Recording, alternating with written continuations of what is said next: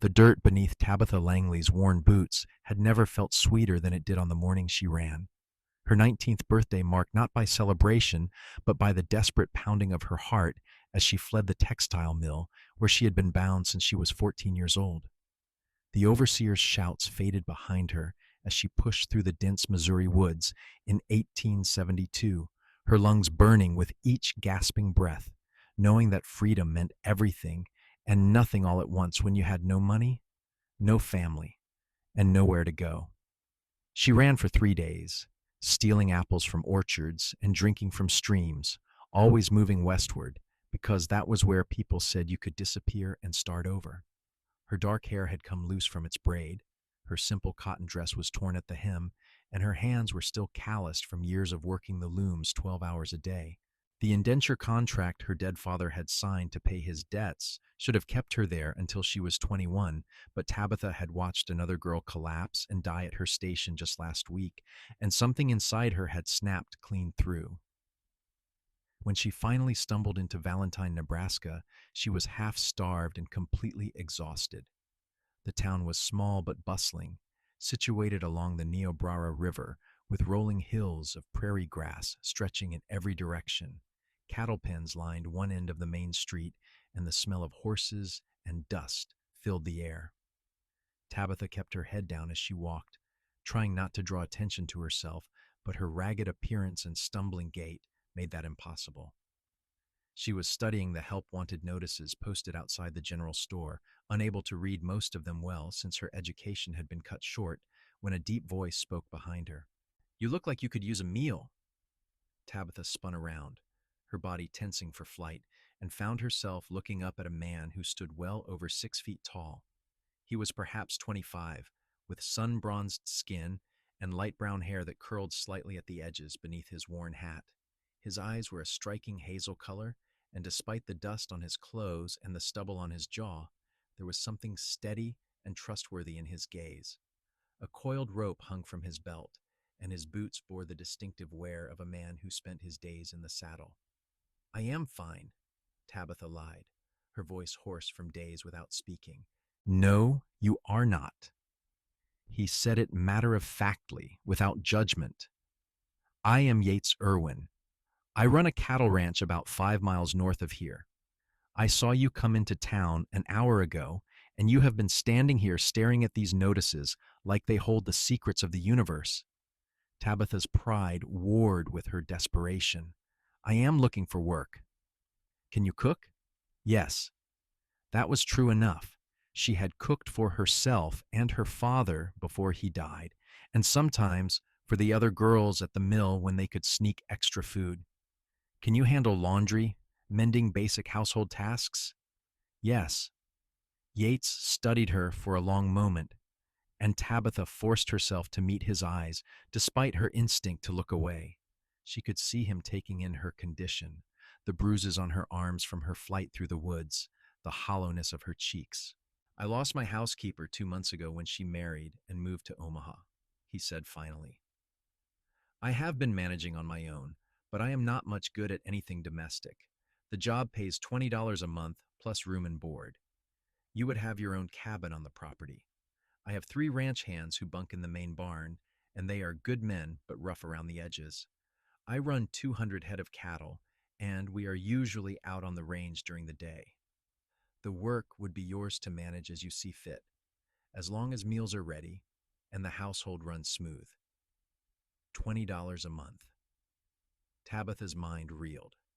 At the mill, she had earned nothing, just the basic food and shelter that kept her alive enough to work. $20 a month meant real freedom, meant the ability to save, to build a life. "Why would you hire someone you just met on the street?" she asked suspiciously. "You know nothing about me." "True enough," Yates acknowledged. "But I know desperation when I see it, and I know the difference between someone running toward trouble and someone running away from it.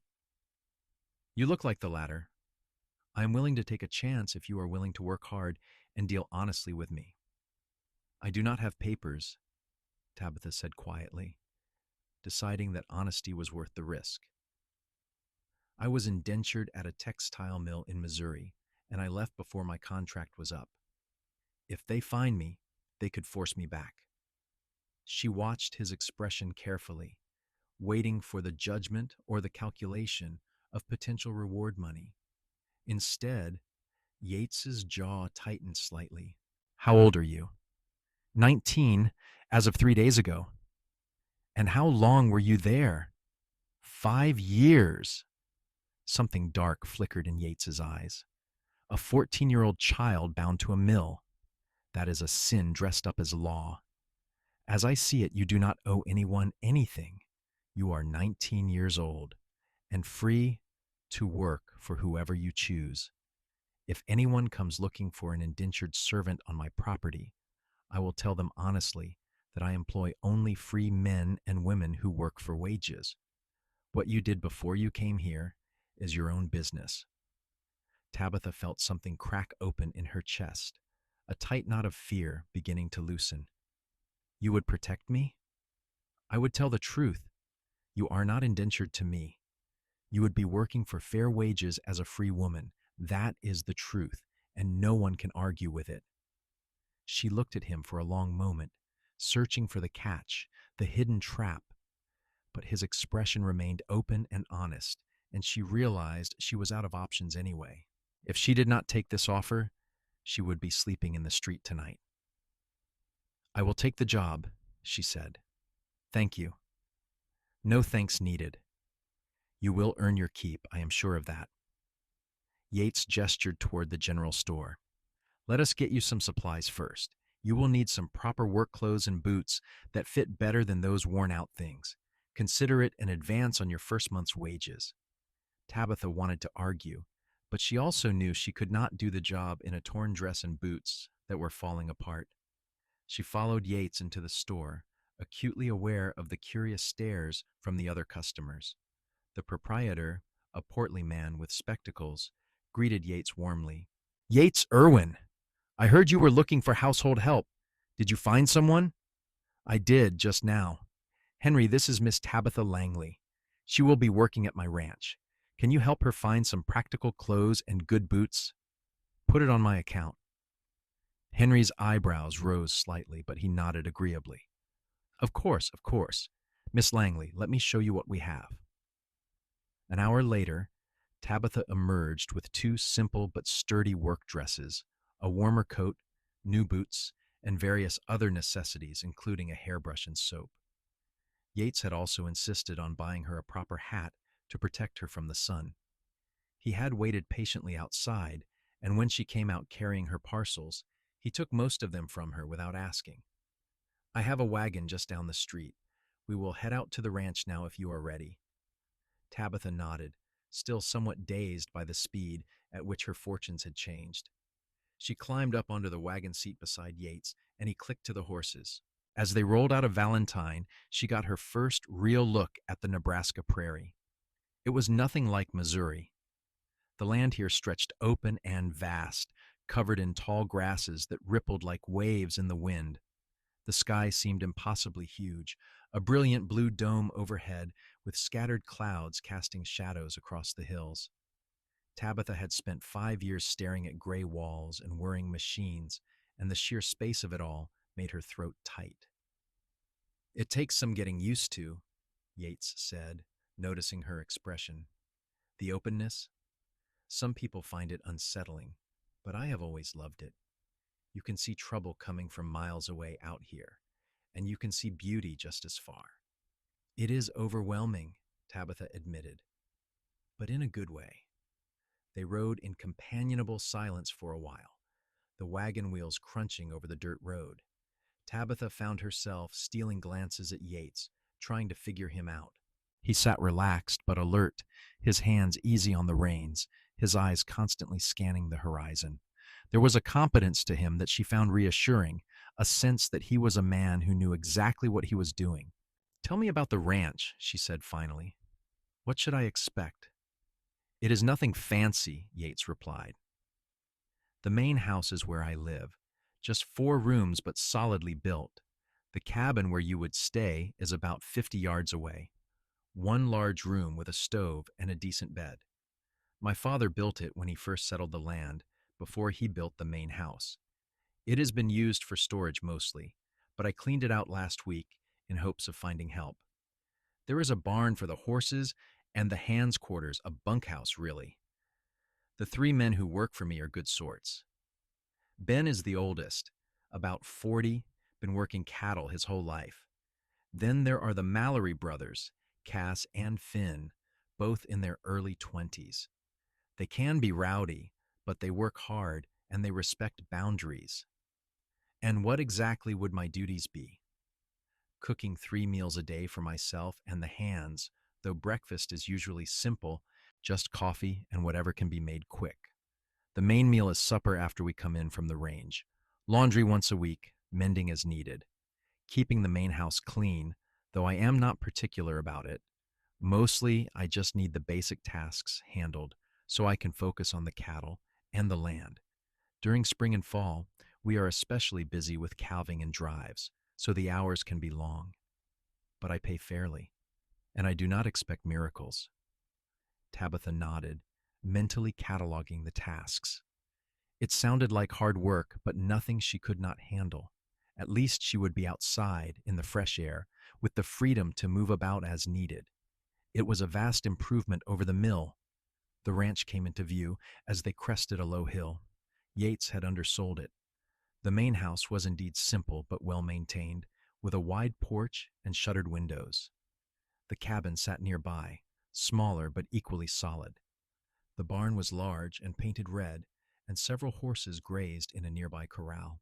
Cattle dotted the hills beyond, dark shapes against the golden grass. "It is beautiful," Tabitha said softly. Yates looked pleased. "Thank you. My father started this ranch 20 years ago, and I have been working it since he passed 5 years back. It is not the biggest spread in Nebraska, but it is mine, and I am proud of it." He pulled the wagon up to the cabin and helped Tabitha down. Her legs were shaky after the ride, and she stumbled slightly. Yates steadied her with a hand on her elbow, and she was struck by how gentle his touch was despite his size. "Sorry, I am still a bit weak," she said, embarrassed. "When did you last eat a real meal?" Tabitha had to think about it. 4 days ago, I think. I stole some apples and found some wild berries, but nothing substantial. Yates's expression darkened. "Come on. The cabin tour can wait. You need food first." He led her to the main house instead, and Tabitha found herself in a spacious kitchen with a large iron stove and a sturdy table. Yates immediately set about putting together a meal, moving with surprising efficiency for someone who claimed not to be good at domestic tasks. He sliced bread, laid out cheese and cold ham, and poured her a glass of milk from the icebox. "Eat slowly," he cautioned. "Your stomach will not be used to much food." Tabitha did not need to be told twice. She forced herself to take small bites, even though everything in her wanted to devour the food. It tasted like heaven, simple as it was. Yates sat across from her, sipping coffee and watching to make sure she was all right. "Thank you," Tabitha said after she had eaten about half of what he had given her. She was already feeling full, her shrunken stomach protesting. "For all of this, you did not have to be kind." "Yes, I did," Yates said simply. "Being decent costs nothing, and it matters more than people think. You looked like you needed help, and I needed a housekeeper. Sometimes things work out the way they are supposed to." They finished the meal in silence, and then Yates showed her to the cabin. Inside, it was clean and surprisingly cozy. The bed was covered with a thick quilt. There was a small table with 2 chairs, and the stove looked like it would keep the space warm through the winter months. A mirror hung on one wall, and there were shelves for storage. Best of all, there was a window that looked out over the prairie, letting in the afternoon light. "The outhouse is behind the barn, shared by everyone," Yates said. "There is a pump behind the main house for water. I heat water for baths on Saturday nights, and you are welcome to use the kitchen after the rest of us are done. If you need anything, just let me know. For tonight, rest. You look exhausted. You can start your duties tomorrow." "I can start now," Tabitha protested. "You hired me to work, And you will work plenty, I'm sure. But you just ran from Missouri to Nebraska in 3 days on no food and no rest. Take the evening. I am not such a hard master that I cannot give you a few hours to recover. He tipped his hat to her.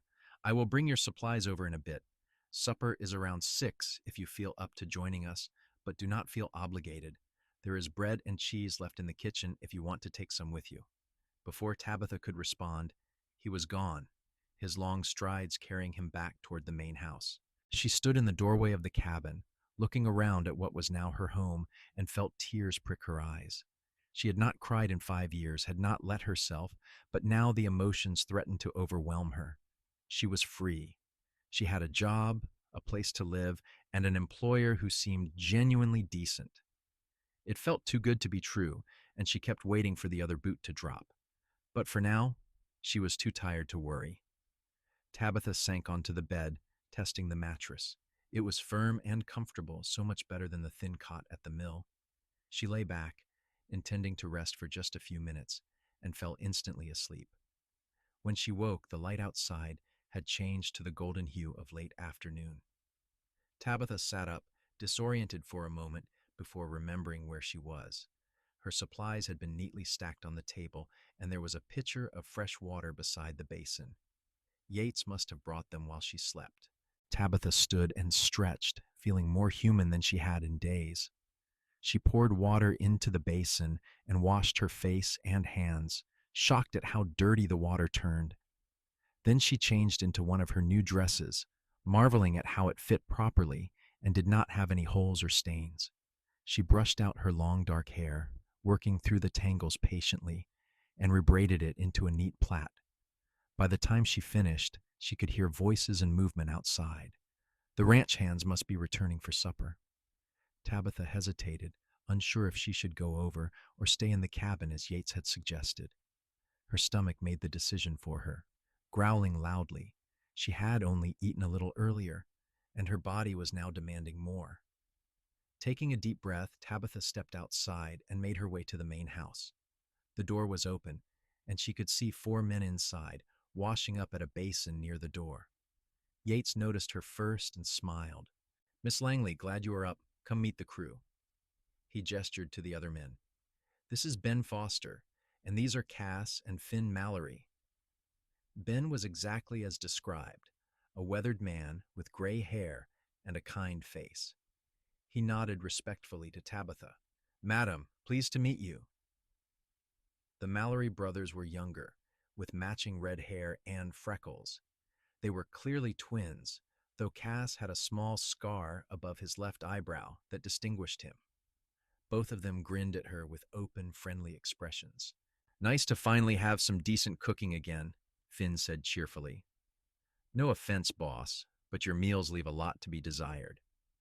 "None taken," Yates replied dryly. "Miss Langley, they are telling the truth. I can manage the basics, but I am no chef. Anything you make will be an improvement." "I am afraid I am not much of a chef either," Tabitha said honestly. "But I can make filling, edible food." "That is all we ask," Ben said. "The kitchen is yours to organize as you see fit. We usually eat around 6 in the evening, earlier if we can manage it. Breakfast is before dawn, and lunch is whatever we can carry with us on the range." Tabitha looked around the kitchen, taking stock. There were supplies in the pantry, basics like flour, sugar, salt, dried beans, and preserved vegetables.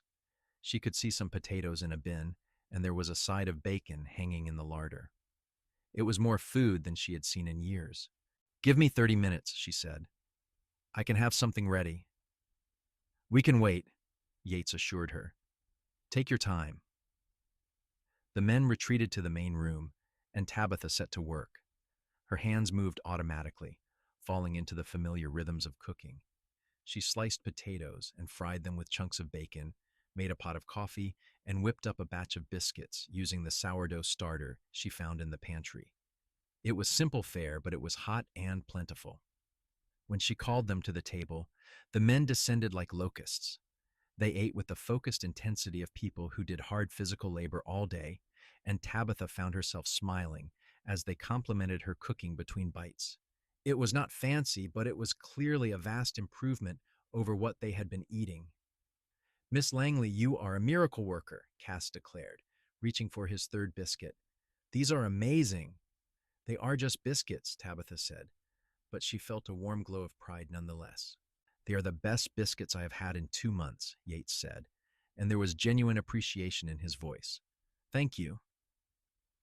After supper, the men helped clear the table without being asked, and Ben insisted on helping with the dishes. Tabitha protested, but he waved her off. I have been doing them for 2 months, madam. I do not mind helping until you get settled in. They worked together, in companionable silence, and Tabitha found herself relaxing. These were good men, she realized, the kind who treated her with respect and did not leer or make crude comments. It was such a contrast to the mill, where the male overseers had been brutal and the male workers often just as bad.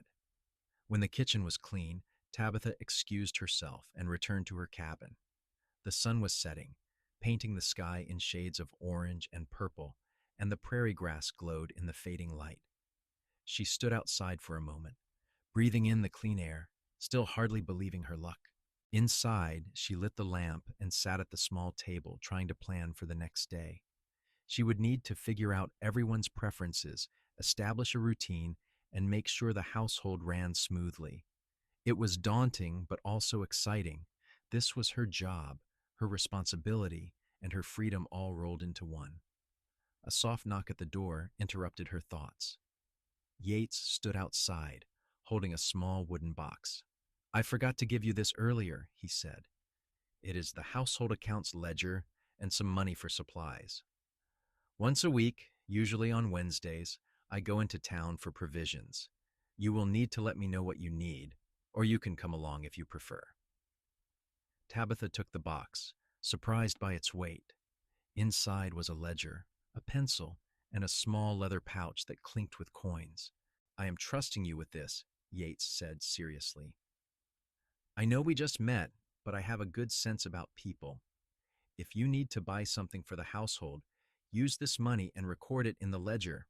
At the end of each month, we will go over the accounts together. Your wages will be paid on the first of each month. I will keep careful records, Tabitha promised, and thank you for trusting me. You are welcome. Yates hesitated, as if he wanted to say more, then seemed to think better of it. Good night, Miss Langley. Sleep well. Good night, Mr. Irwin. He walked away, and Tabitha closed the door, leaning against it. She opened the ledger and found pages of careful entries in a neat, masculine hand. Yates had been tracking every expense meticulously, and she could see where his attempts at housekeeping had eaten into the budget. She resolved to do better, to stretch every dollar and prove that hiring her had been a good decision. That night, Tabitha lay in her comfortable bed and watched the stars through the window. For the first time in 5 years, she felt something like hope. The days fell into a rhythm quickly. Tabitha rose before dawn to start breakfast, usually just coffee, fried eggs, bacon, and whatever bread or biscuits she had made the day before. The men ate quickly and headed out to the range, leaving her to clean up and plan the day. She did laundry on Mondays, scrubbing clothes and linens and hanging them to dry in the prairie wind. She mended on Tuesdays, sitting on the porch with a basket of clothes that needed repairs. Wednesdays, she accompanied Yates into town for supplies, and Thursdays she baked bread and did deep cleaning. Fridays and Saturdays were for whatever tasks had piled up, and Sundays were supposedly a day of rest, though there was always something that needed doing. The work was hard but satisfying. Tabitha found herself taking pride in the smooth running of the household, in the good meals she put on the table, in the clean clothes and well-kept house. The men appreciated her efforts, often thanking her and complimenting her cooking. But it was Yates's quiet approval that meant the most to her, though she could not quite explain why. He was a good employer, fair and respectful. He never demanded more than was reasonable, and he was always quick to help if something was too heavy or too difficult for her. But there was something else too, something Tabitha tried not to think about too much. She found herself watching him, noticing the way he moved with easy confidence, the way his eyes crinkled when he smiled, the deep timbre of his voice. She told herself it was just gratitude, that she was simply appreciative of his kindness, but she knew it was becoming something more. 6 weeks after she arrived, Tabitha made a mistake that changed everything. It was a Wednesday, and they had gone into town for supplies. Yates was loading sacks of flour and sugar into the wagon, while Tabitha browsed the dry goods, checking prices, and trying to make her list stretch. She was so focused on her task that she did not notice the two men who entered the store until one of them spoke. "I am looking for a girl, about 19 years old, dark hair, thin build. She ran away from the Carver textile mill in Missouri about 6 weeks back. There is a $20 reward for information leading to her return." Tabitha's blood turned to ice. She kept her back to the men, her hands frozen on the bolt of fabric she had been examining. The voice belonged to Tucker Haynes, one of the overseers from the mill. She would recognize that nasal drawl anywhere. "Have not seen anyone like that," Henry the shopkeeper said, his tone neutral. "But I will keep an eye out." "Appreciate it. The girl's name is Tabitha Langley, and she is bound by legal contract until she turns 21. Her running away is theft of services, and she will be prosecuted when she is found." Tabitha's mind raced. She needed to get out of the store without being seen, but Tucker and his companion were blocking the main entrance. There was a back door, but reaching it would mean walking past them. She looked around desperately, trying to figure out what to do. "Is there a problem, Miss Langley?" Yates's voice came from right behind her, calm and steady. Tabitha turned to him, and he must have seen the panic in her eyes because his expression immediately sharpened. He looked past her to the two men, taking in their appearance and the conversation they were having with Henry. "I need to leave," Tabitha whispered. "Right now." Yates did not ask questions. He took her arm gently and steered her toward the back of the store, moving casually as if they were just browsing. But Tucker had noticed them, and his eyes narrowed as he studied Tabitha's back. "You there, girl? Turn around." Yates kept walking, his hand firm on Tabitha's arm. "No need to be rude, friend. We are just shopping." "I said turn around." Tucker's voice rose, and Tabitha heard his heavy footsteps approaching.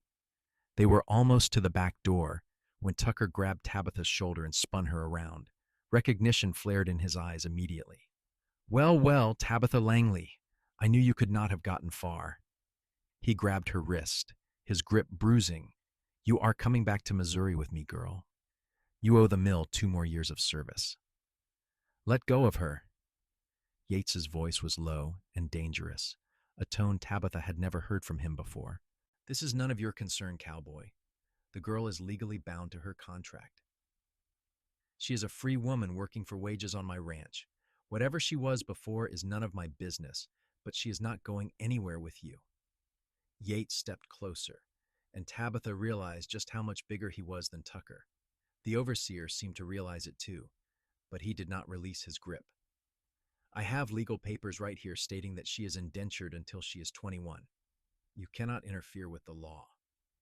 Your papers might be legal in Missouri, but Nebraska does not recognize those indenture contracts unless they were signed here. Check with the marshal if you do not believe me." Yates's tone was steely. "Now, let go of Miss Langley before I make you." Tucker hesitated, clearly weighing his options. His companion, a weaselly man Tabitha recognized as one of the mill's clerks, stepped forward. "We can get the marshal ourselves. He will see that justice is done." "Good idea," Yates agreed. "Let us all go talk to Marshal Brennan together. I am sure he would be interested to hear how you grabbed Miss Langley without her consent. That is assault, last I checked." Henry spoke up from behind the counter. "Yates is right. Nebraska law says indenture contracts from other states are not automatically enforceable here. You would need to go through the courts, and even then it is tricky. The marshal will not just hand over Miss Langley based on a piece of paper from Missouri." Tucker's face flushed with anger, but he released Tabitha's wrist. "This is not over. I will be back with proper legal authority." "You do that," Yates said evenly. "But until then, Miss Langley is under my employ and my protection. Touch her again, and we will have a different kind of conversation. The threat was clear, and Tucker must have decided it was not worth pushing further. He and his companion left the store, muttering angrily. Tabitha sagged against the counter, her legs suddenly weak. "Come on," Yates said gently. "Let us finish up here and get home." The ride back to the ranch was tense and silent. Tabitha kept glancing over her shoulder, expecting to see Tucker following them, but the road remained empty. When they finally reached the ranch, Yates helped her down from the wagon and led her into the main house. "Sit," he commanded, pointing to a chair. "I will make coffee." Tabitha sat, her hands trembling in her lap. She had known this could happen, but she had hoped that she was far enough away, that enough time had passed. Now Tucker knew where she was, and even if the Nebraska courts would not automatically enforce the contract, he could still make her life hell. Yates set a cup of coffee in front of her and sat down across the table. "Tell me everything. I need to know exactly what we are dealing with." So Tabitha told him. She explained how her father had died when she was 14, leaving behind massive debts from gambling and drinking. She explained how the mill owner, Victor Carver, had offered to pay off the debts in exchange for 7 years of indentured service. Her father's creditors had agreed, and Tabitha, with no other family and nowhere to go, had signed the contract.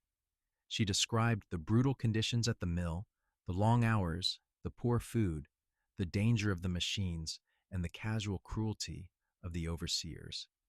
She told him about the girl who had died, about how something inside her had finally snapped, and about her desperate flight across 3 states. Yates listened without interrupting, his expression growing darker with each detail. When she finished, he was quiet for a long moment. "That is slavery, dressed up with legal paperwork," he said finally, his voice tight with anger. "No child should be bound like that to pay a dead man's debts." "But it was legal," Tabitha said miserably. "I signed the contract. Under duress, with no other options. I do not care if it was legal or not. It was wrong." Yates leaned forward, his hazel eyes intense. "Here is what is going to happen. Tucker will probably try to take this to the courts, but like Henry said, Nebraska does not automatically recognize indenture contracts from other states. Even if he gets a judge to look at it, the process will take months, maybe longer. In the meantime, you stay here, you work for fair wages, and you live as a free woman. If he tries to take you by force, he will have to go through me and every other person on this ranch. We protect our own." "Why?" Tabitha's voice broke. "Why would you risk so much for someone you barely know?" "Because it is the right thing to do," Yates said simply. "And because you are not just someone I barely know anymore. You have been here 6 weeks, and you have become part of this place. The men respect you. The ranch runs better with you here, and I—" He paused, seeming to struggle with his words. "I would be a poor excuse for a man if I let someone drag you back into servitude when I have the power to prevent it." Tabitha felt tears spill down her cheeks. "Thank you. I do not know how I will ever repay you for this. You already do every day by doing your job well and being a good person. That is all the repayment I need." Yates stood and refilled their coffee cups.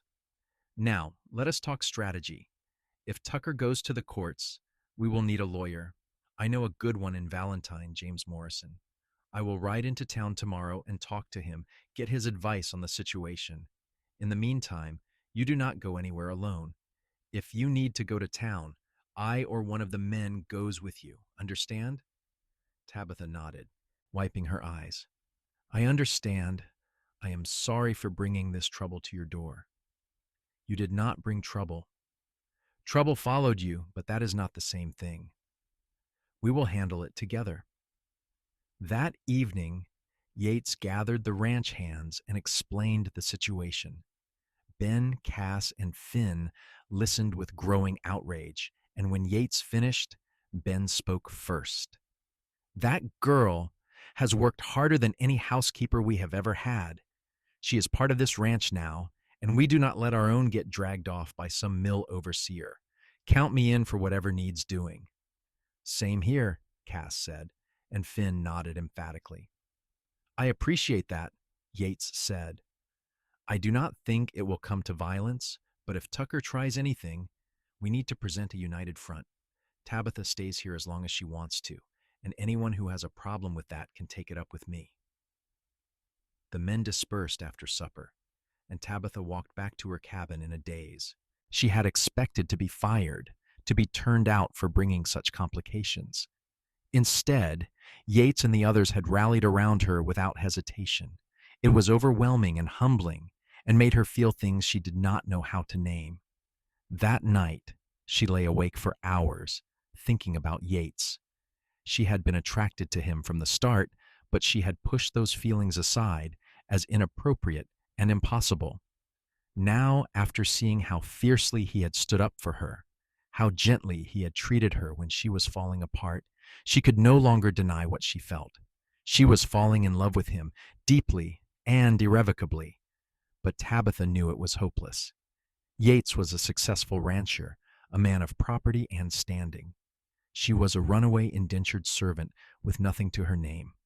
He had been kind to her out of decency, not because he had any romantic interest. The thought made her chest ache, but she accepted it as reality. Some things were simply not meant to be. The next morning, Yates rode into Valentine to meet with the lawyer. He returned that afternoon with cautiously optimistic news. Morrison says Tucker's contract is on shaky legal ground in Nebraska, Yates reported.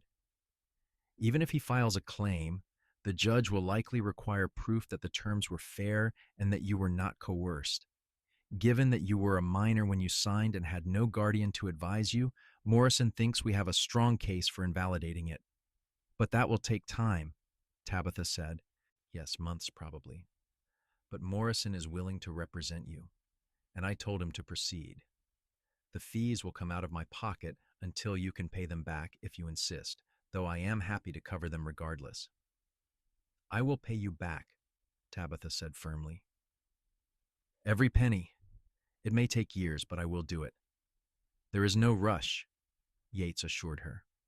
Right now, the important thing is that you are protected. Morrison is filing paperwork today to contest any claim Tucker might make. It puts you under the court's protection while the matter is being decided. 3 days later, Tucker returned to the ranch with the local marshal, Cyrus Brennan. Tabitha watched from the kitchen window as Yates went out to meet them, his posture relaxed but ready.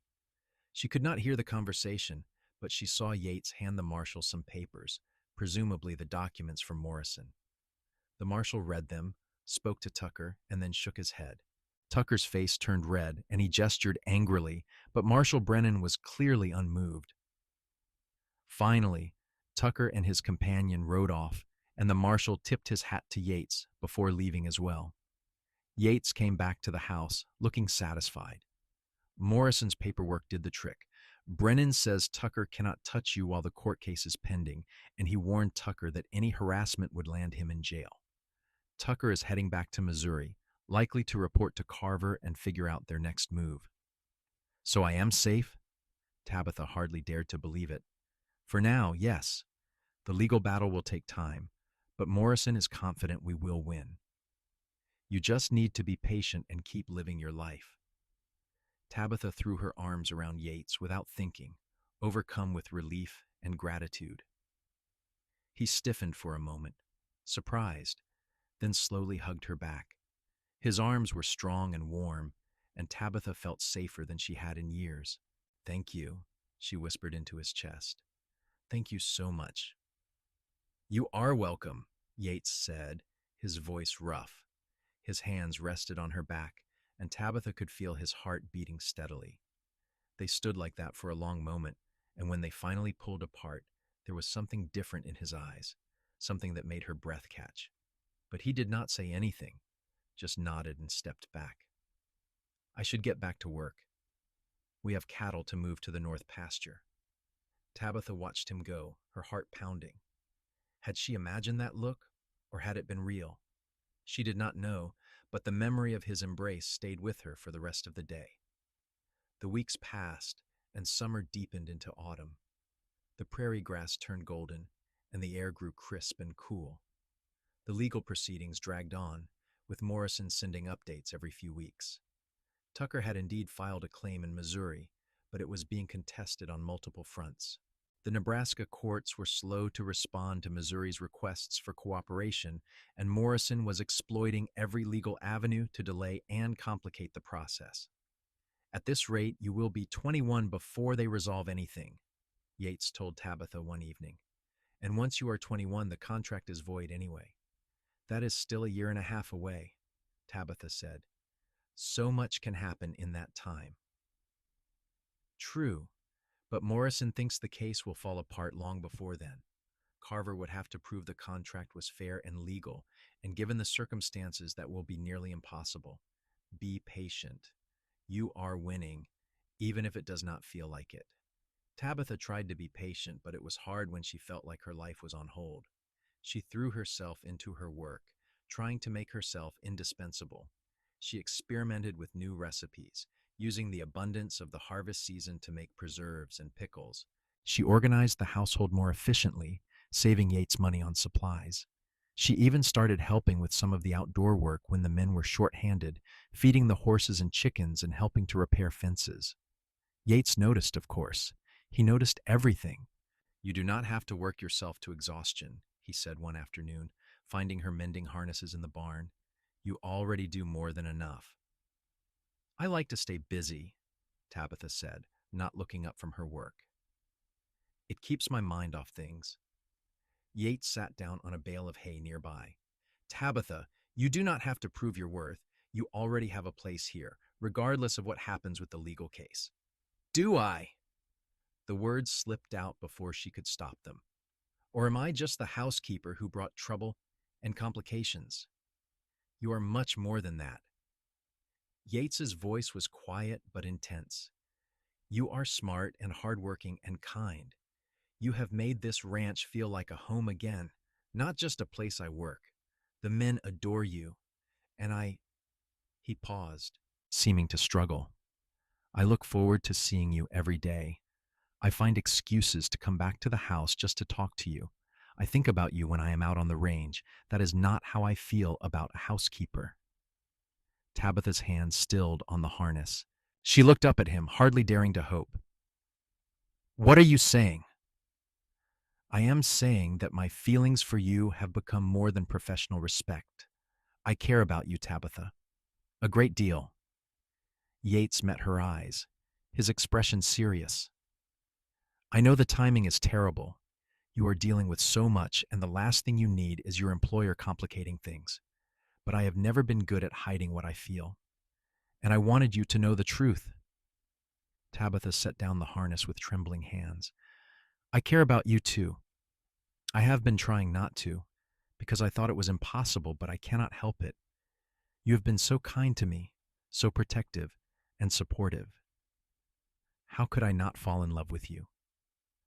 The words hung in the air between them, and Tabitha saw the exact moment they registered. Yates's eyes widened, and then he was moving, closing the distance between them. He cupped her face in his hands, his touch gentle despite the calluses on his palms. Say that again, he whispered. I love you, Tabitha said, her voice stronger this time. I love you, Yates Irwin. He kissed her then, soft and sweet, and Tabitha felt like her heart might burst. His lips were warm, and he tasted like coffee and the peppermints he liked to chew. She kissed him back, her hands fisting in his shirt, trying to pull him closer. When they finally broke apart, both were breathing hard. I love you too, Yates said, his forehead resting against hers. I think I have since the day I found you standing outside the general store, looking so lost and determined all at once. I was terrified that day, Tabitha admitted. I thought for sure you were going to be like all the other men I had known, cruel or indifferent, or worse, but you were different. You saw me as a person, not just a resource to be used. You are the most remarkable person I have ever met, Yates said seriously. You survived something that would have broken most people, and you came out the other side with your kindness and your spirit intact. Of course I fell in love with you. They kissed again, longer this time, and Tabitha felt years of fear and loneliness melting away. She had never been touched with such tenderness, had never felt so valued and cherished. When Yates finally pulled back, his eyes were dark with emotion. "We should probably talk about what this means," he said reluctantly. "I do not want to rush you or pressure you into anything. Your situation is complicated, and you need time to figure out your future without me clouding your judgment." "My future is here," Tabitha said firmly. "With you, if you will have me. I have already made my choice, Yates. Everything else is just details we need to sort out." "Are you sure? Because once word gets out that we are courting, it will be harder to fight the legal case. Tucker could claim I have an improper hold over you, that you are not truly free to make your own choices." Tabitha considered that. "What does Morrison say?" "I have not asked him yet, because this is new, but I will send him a message tomorrow and get his advice." "All right," Tabitha agreed. "But regardless of what he says, my feelings are not going to change. I love you, and I want to be with you. We will figure out the rest." Morrison's response came a week later, and it was cautiously supportive. He advised them to be discreet until the legal case was resolved, as any appearance of impropriety could be used against Tabitha.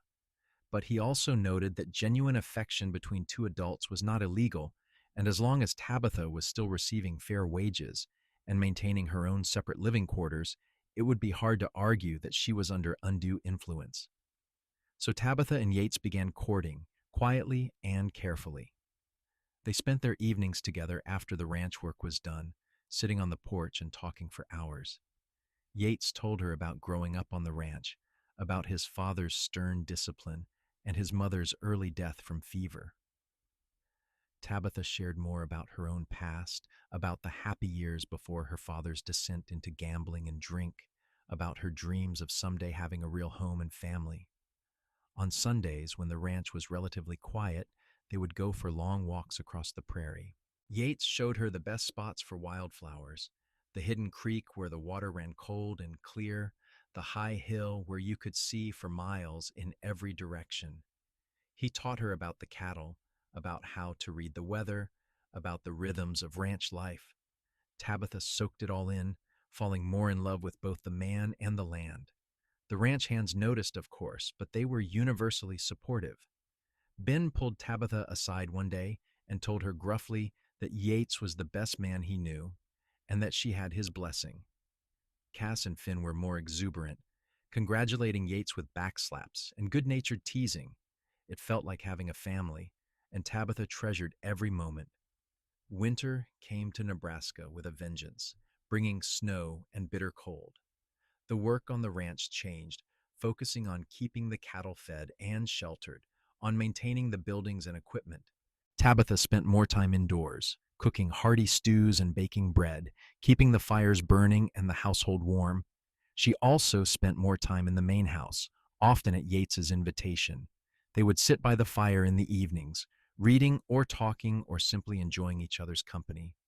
Sometimes Yates would play the old fiddle that had belonged to his father, coaxing simple melodies from the worn instrument. Tabitha would listen, her heart full, thinking about how much her life had changed.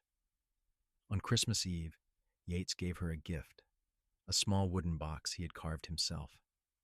Inside was a delicate silver locket on a chain. "It was my mother's," he explained. "The only thing I have left of her. I want you to have it." Tabitha's eyes filled with tears. "I cannot take something so precious." "You are precious to me," Yates said simply. "Please wear it." He fastened the chain around her neck, his fingers gentle on her skin. Tabitha touched the locket, feeling its weight, and knew she would treasure it always. In return, she gave him a new shirt she had sewn, made from fabric she had saved up to buy with her own wages. It was a beautiful deep blue that brought out the color of his eyes, with careful stitching and pearl buttons. Yates put it on immediately, looking absurdly pleased. "It fits perfectly," he said. "You have a real talent for this." "I had a lot of practice making uniforms at the mill," Tabitha said wryly. I am glad I could put those skills to better use. They spent that evening with the ranch hands, sharing a feast that Tabitha had spent days preparing. There was roast beef and potatoes, fresh bread, apple pie, and even some of the precious coffee they had been saving. It was not fancy, but it was abundant and made with love, and everyone left the table satisfied. As the new year of 1873 dawned, Morrison sent word that the legal case was progressing well. The Missouri courts had finally responded to Nebraska's requests for documentation, and the records showed several irregularities in how Tabitha's indenture contract had been executed. Most damning was the fact that she had signed as a minor without any legal guardian present, and the terms of the contract were far harsher than what was typically allowed, even in states that permitted such arrangements. Morrison thinks we might get a ruling by spring, Yates told Tabitha excitedly. He is pushing hard, using every angle he can find. Carver's lawyers are trying to delay, but they are running out of options. I almost cannot believe it, Tabitha said. After all this time, to think I might actually be free, legally free. You are already free, Yates reminded her, but yes, it will be good to have it recognized officially. In March, the snow began to melt, and the prairie came back to life. Green shoots pushed up through the mud, and the cattle grew restless, ready to move to fresh grazing land. It was the busiest time of year on the ranch, with calving season beginning and 1,000 tasks demanding attention. Tabitha was gathering eggs in the chicken coop when a rider came galloping up the road to the ranch. She recognized Marshal Brennan and felt a spike of anxiety. The marshal had been kind during Tucker's visit, but his presence usually meant some kind of official business.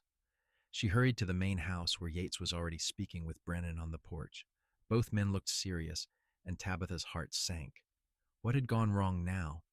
But when Yates turned to her, he was smiling, a huge grin that transformed his face. It is over, he said. The court ruled in your favor. The contract is void. Tabitha stared at him, unable to process the words. What? Marshal Brennan tipped his hat to her. Congratulations, Miss Langley. The judge found that your indenture contract was illegally executed and is therefore null and void. You are officially a free woman with no obligations to Victor Carver or anyone else. I am free? Tabitha whispered. Truly free? Truly free, Yates confirmed. He crossed to her in 3 long strides and swept her up in his arms, spinning her around. Tabitha laughed, half sobbing, clutching at his shoulders. I am free, she repeated louder this time. I am free. The ranch hands came running at the commotion, and when they heard the news, they whooped and hollered with joy. Ben shook the marshal's hand enthusiastically, and Cass and Finn took turns hugging Tabitha until she was dizzy. After Marshal Brennan left, promising to send the official court documents within the week, Yates pulled Tabitha aside. Now that you are legally free, with no complications, there is something I want to ask you. He took both her hands in his expression suddenly nervous. Tabitha Langley, I love you more than I thought it was possible to love anyone. You have made my life better in every way, and I cannot imagine my future without you in it. Will you marry me? Tabitha's breath caught. She had hoped, dreamed even, but hearing the actual words was overwhelming. Yes, she said, tears streaming down her face. Yes, of course I will marry you. Yates kissed her, long and deep, not caring that the ranch hands were watching and cheering. When they finally broke apart, he rested his forehead against hers. I want to do this properly, he said. I want to court you openly, plan a real wedding, give you everything you deserve. Is that all right? That sounds perfect, Tabitha said. As long as I end up as your wife, I do not care about the details. But Yates did care, and he set about planning a proper courtship and wedding with the same focused determination he brought to ranch work. He took Tabitha into Valentine and bought her a beautiful ring, a simple gold band with a small but flawless diamond. He announced their engagement to the whole town, making sure everyone knew that Tabitha Langley was going to become Mrs. Yates Irwin, The response was overwhelmingly positive. The people of Valentine had heard about Tabitha's situation and admired how she had fought for her freedom. They were happy to see her and Yates together, and several women offered to help with wedding preparations. The wedding was set for June, giving them 3 months to prepare. Tabitha used some of her saved wages to buy fabric for a wedding dress, a beautiful cream-colored silk that the dressmaker in town helped her sew into a simple but elegant gown. Yates bought a new suit and had his good boots repaired. They planned a small ceremony in the church in Valentine, followed by a celebration at the ranch. Those 3 months were some of the happiest of Tabitha's life. She and Yates continued their courtship, now openly and without fear. They talked about their future, about the life they would build together. Yates wanted children someday, and Tabitha found herself dreaming of little ones running around the ranch. They discussed expanding the house, adding more rooms for the family they hoped to have. On a warm June day, with wildflowers blooming across the prairie, Tabitha Langley married Yates Irwin in a ceremony attended by half the town. She wore her cream silk dress and the silver locket Yates had given her, and she had never felt more beautiful. Yates looked handsome in his suit, his eyes never leaving her face as she walked down the aisle. They exchanged vows in the small church, promising to love and cherish each other for the rest of their lives. When the preacher pronounced them husband and wife, Yates kissed her tenderly, and Tabitha felt like her heart might overflow with joy. The celebration at the ranch was lively and joyful. Tables had been set up outside, laden with food that Tabitha and several of the town women had prepared. There was music and dancing, and people toasted the new couple with genuine affection.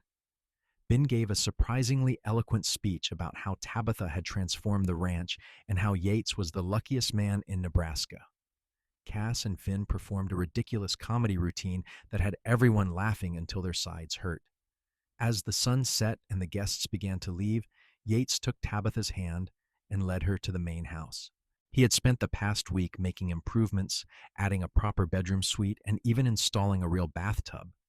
It was a far cry from the simple cabin where Tabitha had started, and it was all theirs. That night, as Tabitha lay in her husband's arms, she thought about the journey that had brought her here. From the desperation of her flight from Missouri to the terror of nearly being dragged back, from the lonely years at the mill to this moment of perfect happiness. It had been hard and frightening, but every step had been worth it. "What are you thinking about?" Yates asked, his fingers tracing lazy patterns on her shoulder. "About how lucky I am," Tabitha said. "About how I ran away with nothing and ended up with everything." "We are both lucky," Yates said. "I was just going through the motions before you came along. You made me want more from life, made me believe in the future again." "I love you," Tabitha whispered. "I love you too, Mrs. Irwin." They fell asleep, tangled together, and Tabitha dreamed of wide-open spaces and endless possibilities. The years that followed were good ones. The ranch prospered under their joint stewardship, with Tabitha proving to have a head for numbers and business that complemented Yates's skill with cattle and land management. They expanded gradually, buying adjacent property and increasing their herd. The ranch hands remained loyal, with Ben eventually retiring to a small house Yates built for him on the property, and Cass and Finn saving up enough to start their own small spread nearby. Tabitha became pregnant in the fall of 1873, and the following spring she gave birth to a healthy baby boy they named Samuel, after Yates's father.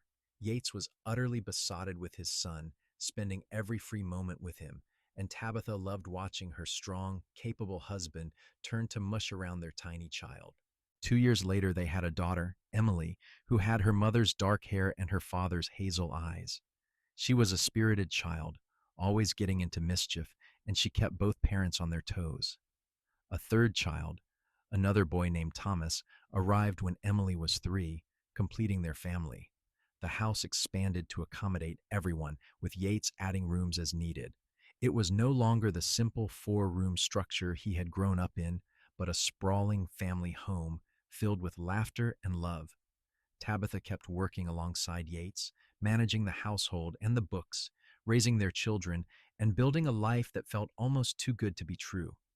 Sometimes, on quiet evenings when the children were asleep, Tabitha and Yates would sit on the porch and watch the sun set over the prairie. She would remember that desperate 19-year-old girl who had stumbled into Valentine with nothing but hope and determination, and she would marvel at how far she had come. "Do you ever regret it?" Yates asked one evening. "Leaving Missouri? All the hardship you went through?" "Never," Tabitha said firmly. "Every moment of suffering led me here, to you, to this life. How could I regret that?" "I am glad," Yates said, pulling her close, "because I cannot imagine my life without you. You are the best thing that ever happened to me, Tabitha Irwin." "And you saved me," Tabitha replied. "In every way a person can be saved." They sat in comfortable silence, watching the prairie grass ripple in the wind, and Tabitha felt a deep, abiding contentment. She had escaped indentured servitude, had fought for her freedom, and had found a love that was worth every struggle. Her children would grow up free, with opportunities she had never dreamed of. Her husband was her partner in every sense of the word, and the ranch they had built together was a testament to what could be achieved when two people worked toward a common dream. Years passed, and the children grew. Samuel became a strong, quiet young man who loved the ranch as much as his father did. Emily married a neighboring rancher's son and started her own family. Thomas went to university in Omaha, the first in the family to receive a formal education, and came back with ideas about modern ranching techniques that Yates listened to with amused tolerance. Tabitha watched her children become adults with pride and a bittersweet sense of time passing too quickly. She and Yates were in their 40s now, their hair touched with gray, their bodies bearing the marks of years of hard work. But they were still deeply in love, still partners in every sense. One evening, as they celebrated their 20th wedding anniversary, Yates presented Tabitha with a gift, a leather-bound journal filled with his careful handwriting. "What is this?" Tabitha asked, opening it curiously. "Our story," Yates said. "I started writing it years ago when we were first married. I wanted to make sure it was remembered, how we met, how we fell in love, everything we overcame together. I thought our grandchildren might want to know someday." Tabitha read through the pages, tears streaming down her face as she relived their journey through Yates's eyes. He had captured everything, from her ragged appearance outside the general store to their first kiss in the barn, from the terror of Tucker's appearance to the joy of their wedding day. It was their love story, preserved forever. "This is the most beautiful thing anyone has ever given me," Tabitha said. "Thank you. Thank you for saying yes to a desperate cowboy who needed a housekeeper and found a wife instead," Yates replied, kissing her forehead. "Best decision I ever made." As they sat together, surrounded by the life they had built, Tabitha thought about how far they had come. She had been a frightened, desperate girl once, running from a life of servitude with no idea what lay ahead. Yates had been a lonely rancher, going through the motions of life without real purpose or joy. Together, they had created something beautiful, a family, a home, a legacy of love and hard work and perseverance. The ranch was thriving, their children were happy and successful, and they had decades of memories to look back on with satisfaction and pride. The prairie stretched out around them, vast and timeless, witness to their love story. Tabitha leaned against Yates, feeling the solid warmth of him, and knew that she was exactly where she was meant to be. She had escaped indentured servitude at 19, and a cowboy had hired her as a free woman. But more than that, he had loved her, cherished her, and built a life with her that exceeded every dream she had ever dared to dream. And that, Tabitha thought, was the best happy ending anyone could ask for. She had run away to find freedom, and had found love instead, love that had sustained her through every challenge and blessed her with a life rich in every way that mattered. She had started with nothing and ended up with everything worth having, not because of luck or chance, but because she had been brave enough to run, and Yates had been good enough to see her worth when she could barely see it herself. The sun set over the Nebraska prairie, painting the sky in shades of gold and crimson, and Tabitha and Yates sat together, hand in hand, grateful for every moment that had brought them to this perfect place. Their story was one of struggle and triumph, of fear overcome and love discovered, and it was theirs to treasure for the rest of their days. As darkness fell and the stars began to emerge, one by one in the vast Nebraska sky, Tabitha whispered to her husband, "I would do it all again, every hardship, every moment of fear, if I knew it would lead me back to you. And I would stand outside that general store every day of my life, waiting for you to arrive," Yates replied. "You are my heart, Tabitha.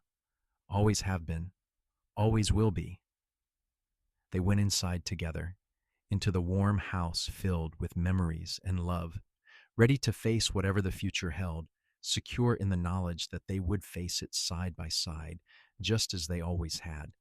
And in that house, on that ranch, under those vast Nebraska skies, Tabitha and Yates Irwin lived out their days in contentment and joy, their love a beacon for their children and grandchildren, a testament to the power of courage, kindness, and the transformative magic of true love.